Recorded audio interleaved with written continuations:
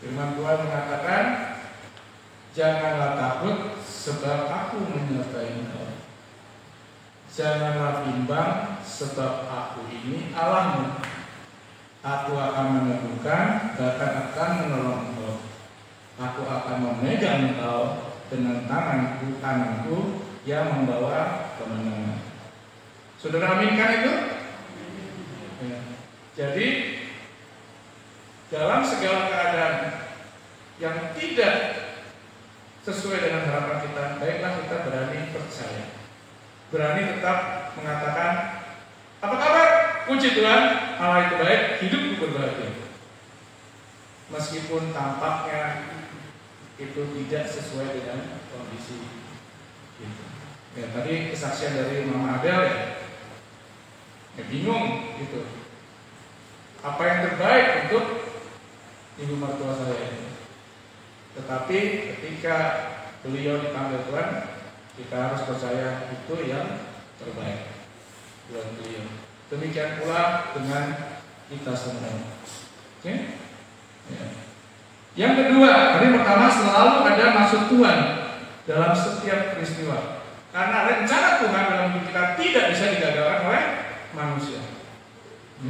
Nah yang kedua, Natal itu mengingatkan kita bahwa Yesus hadir bukan sekedar hadir di dunia, tetapi nantinya untuk mati bagi kita. Mati menanggung hukuman yang harusnya kita terima atas dosa kita. Mati untuk menebus dosa-dosa kita. Mati untuk membebaskan kita dari kutuk dosa, sehingga kita bisa memilih untuk hidup sesuai dengan kehendak Tuhan. Nah Bapak Ibu, Yesus hadir untuk mati bagi kita, untuk memulihkan hidup kita, untuk memperbaharui hidup kita.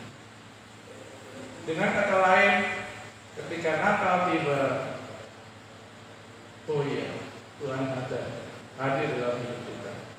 Dan yang kedua, Tuhan memberikan janji, Dia akan memulihkan hidup saya. Dia akan memperbaharui hidup saya. Dia akan memperbaharui kekuatan saya. Selalu ada harapan yang baru. Coba kita lihat Roma 5 ayat 5. Roma 5 ayat 5, 6 dan 10. Roma 5 ayat 5, 6 dan 10.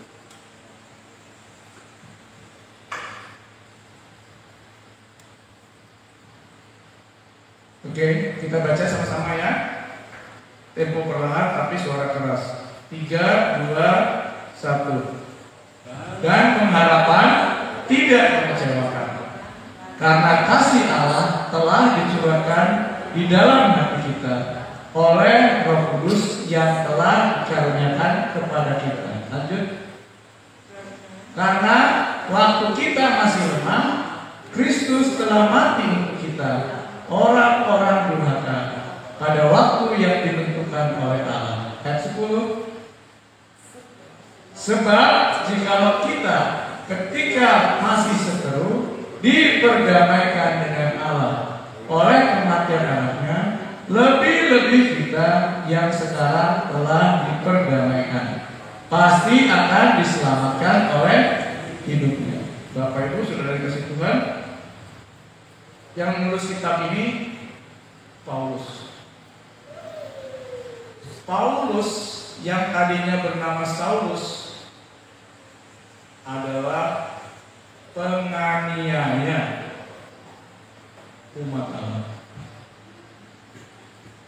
Karena kemurahan Tuhan, Tuhan mengubah hidupnya menjadi orang-orang yang tadinya mau dia bunuh.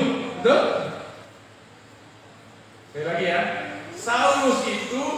Paulus itu dulunya adalah orang yang mau membunuh pemberita-pemberita Injil seperti dia. Tapi sekarang dia menjadi orang yang dulunya dia mau bunuh. Nah, saudara perhatikan perasaan Paulus di sepanjang hidupnya. Kira-kira ada nggak penyesalan dia? Kok dulu dia membunuh orang-orang percaya?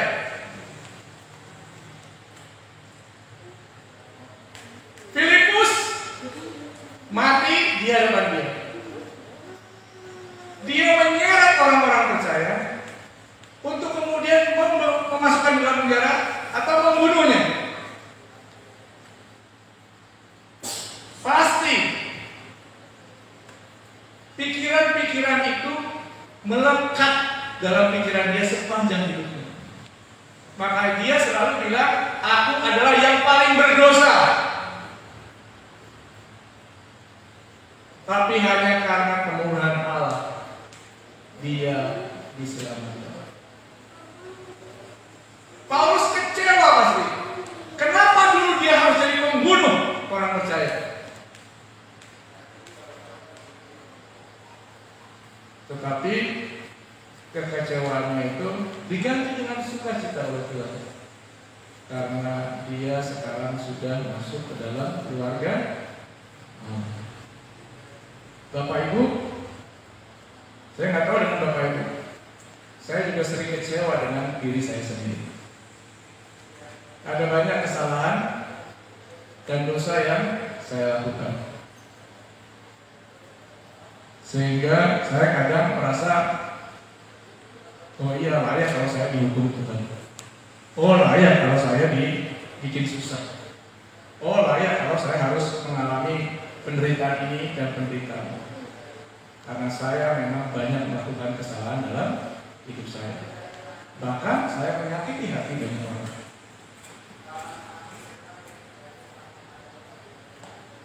Natal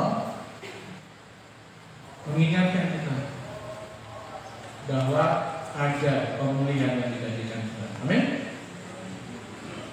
Betapapun berdosanya kita, betapapun jahatnya kita, betapapun menjijikkannya hidup kita,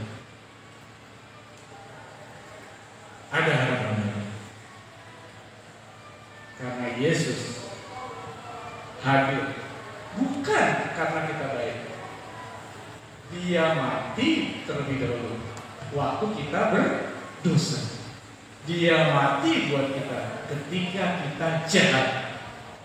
Apalagi sekarang kita sudah menjadi anak-anaknya. Loh, dia mau mati untuk kita ketika kita masih dalam kejahatan kita kok. Apalagi saat kita masih hidup. Tuhan pasti begitu mengasihi. Amin. Natal beri harapan baru kita. Kita lihat pohon Natal ini. Masih ada harapan buat saya. Tuhan mengasihi saya. Tuhan sudah mengampuni saya. Berbahagialah kita yang dipilih menjadi anak-anak. Amin. Ya, kita tepuk tangan dulu untuk Tuhan kita Yesus Kristus ya. Jadi, saudara-saudara, lupakan segala kekecewaan kita. Lupakan segala sesuatu yang mengecewakan kita dari luar. Lupakan juga segala dosa, kejahatan masa lalu kita. Natal memberi kita harapan baru. Detik ini juga Tuhan sudah siap memperbarui hidup setiap kita. Amin. Oke. Yang ketiga, yang terakhir, Tuhan itu belum selesai dengan hidup kita. Setiap kali Natal tiba, melihat pohon Natal ini, ingatlah, Tuhan belum selesai dengan hidup kita. Artinya apa?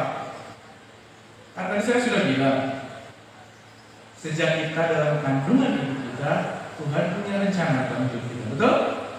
Dan Tuhan akan bekerja untuk mewujudkan itu dalam hidup kita. Sekarang kita masih hidup. Artinya apa? Rencana Tuhan itu masih belum digenapi sepenuhnya. Amin. Rencana Tuhan itu baik dalam hidup kita.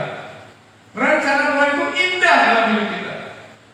Jadi baik kita masih muda maupun kita yang sudah tua, kita harus yakin bahwa saat kita masih hidup saat ini, ada hal-hal besar yang masih Tuhan mau lakukan dalam hidup kita. Amin. Mari kita buka firman Tuhan dari Mazmur. Nah, kembali ke tadi Mazmur 71 ya. Kita baca tapi ayat 14 sampai 16. Mazmur 71 ayat 14 sampai 16.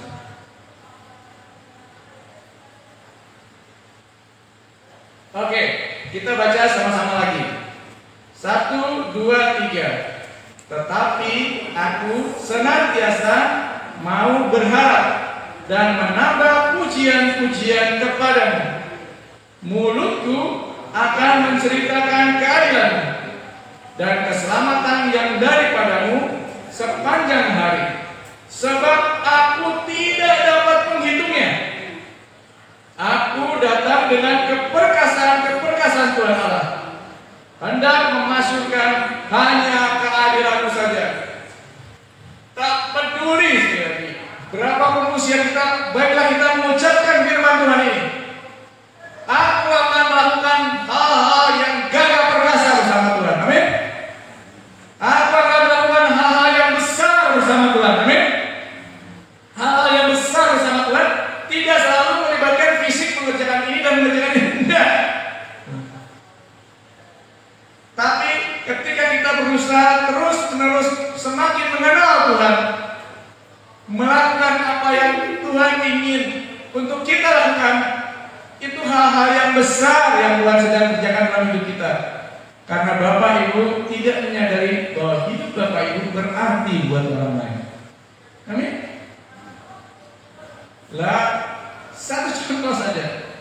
Ibu mertua saya tadi sudah dikatakan, dia itu sudah di tempat tidur dan nggak bisa bicara. Berapa tahun ya? Minimal 2 tahun ya. Lebih ya, yang nggak bisa bicara. Tapi meskipun dia dalam keadaan seperti itu, dia jadi berkat nggak buat anak mantu dan cucunya? Dia jadi berkat. Karena anak mantu dan cucunya ingin membahagiakan dia. Jadi kita dalam segala kelemahan kita, selama kita bersama dengan Tuhan, Tuhan sedang mengerjakan hal yang besar bersama kita. Amin. Natal itu bukan peristiwa biasa. Orang di Amerika sana, di Eropa merayakan Natal nggak ngerti maksudnya. Mereka pesta-pesta Natal, tapi nggak datang ke gereja. Loh, mereka tidak percaya Yesus kok. Tetapi kita, bagi kita, Natal itu sesuatu banget. Pinjam istilah anak muda. Kenapa? Karena Natal mengingatkan kita akan rencana Tuhan yang indah dalam hidup kita, apapun keadaan kita. Kedua, Natal memperbarui hidup kita. Sekelam apapun hidup kita, sejahat apapun kita, Tuhan datang memperbarui hidup kita. Dan yang ketiga, Natal mengingatkan kita bahwa masih ada hal-hal besar yang Tuhan mau lakukan bersama dengan kita. Amin. Jangan hendaknya kamu khawatir tentang apapun juga. Filipi 4 ayat 6. Tetapi nyatakanlah dalam segala hal keinginan kepada Allah. Setiap kali kekecewaan menghampiri kita, setiap kali kesedihan menghampiri hidup kita, ingat firman Tuhan ini. Gak usah khawatir, gak usah disesali karena gak ada dari gunanya. Tetapi ya katakan saja dalam doa kepada Tuhan sambil mengucap syukur. Kenapa sambil mengucap syukur? Sebagai ungkapan percaya kita bahwa Tuhan mengabulkan permohonan kita. Amin. Terus kepala kita berdoa. Saya mohon Pak Johannes untuk memimpin kita dalam doa.